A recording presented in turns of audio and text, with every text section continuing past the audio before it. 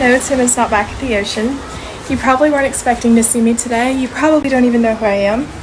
But I'm gonna guess that there's a lot of things going on in our world right now that nobody would have expected to see happening. But that's not entirely true because God's omniscient, He knows everything. He knew that all of this was gonna happen since the beginning of time, which is completely crazy to think about. He knows what plans He has for you too. He knows who you're gonna marry. He knows what your kids are gonna be like. He knows what's gonna happen on July 10th, 2058. He knows everything. And even if you're in a dark place and you can't see the light, God can. His plans for our lives are incomprehensible to us. He knows what blessings He's going to send your way. It's just up to you to trust that He's going to send them.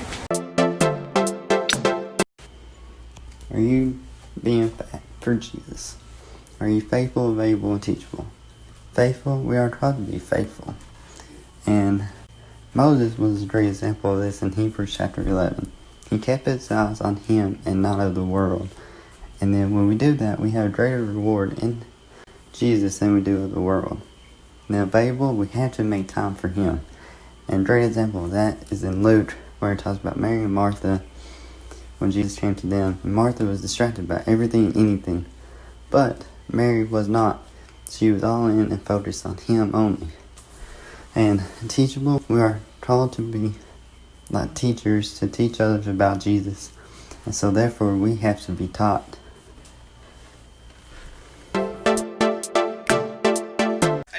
Today with you on the subject of love.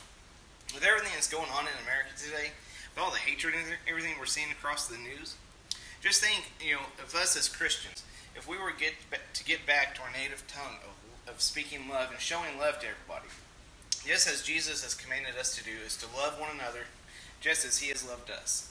Just think of how much we could change the world by speaking our native tongue.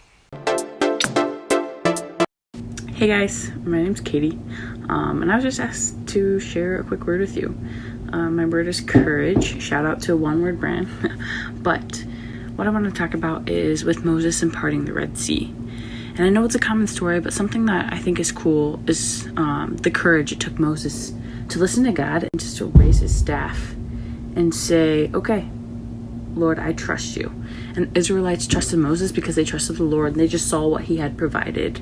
And not only did they just walk to this Red Sea and He lifted the staff, they walked across on dry land. Dry land. And that's impossible and crazy and still blows my mind. And what is cool though is that it took that courage to step towards the sea, to start walking in the sea when it looked impossible to walk through, but God made it possible. So today I encourage you to take that step of courage and do the impossible. Have a great night.